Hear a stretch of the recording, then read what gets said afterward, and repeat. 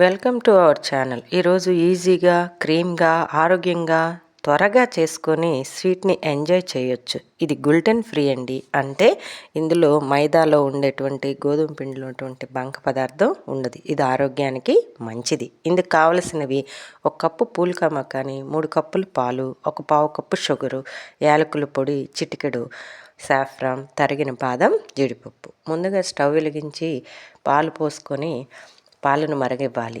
మనం అంతకంటే ముందు పూల్కా మకానీని కడిగి అరగంట నానబెట్టుకోవాలి. పాలు మరిగించి అందులో నానబెట్టిన పూల్కా మకానీ వేసి తిప్పుతూ ఒక 20-25 నిమిషాలు ఉంచాలి. అప్పుడు అందులో యాలకులు, షుగరు కలపండి. కొంచెం సాఫ్రాన్ పౌడర్ కూడా వేసేయండి. తర్వాత నేతిలో డ్రై ఫ్రూట్స్ని వేయించి అందులో కలపండి. మిశ్రమాన్ని కలుపుతూ పాయసంలా కొంచెం చిక్కగా అయ్యే వరకు కలుపుతూ ఉండాలి. ఇంకంతేనండి.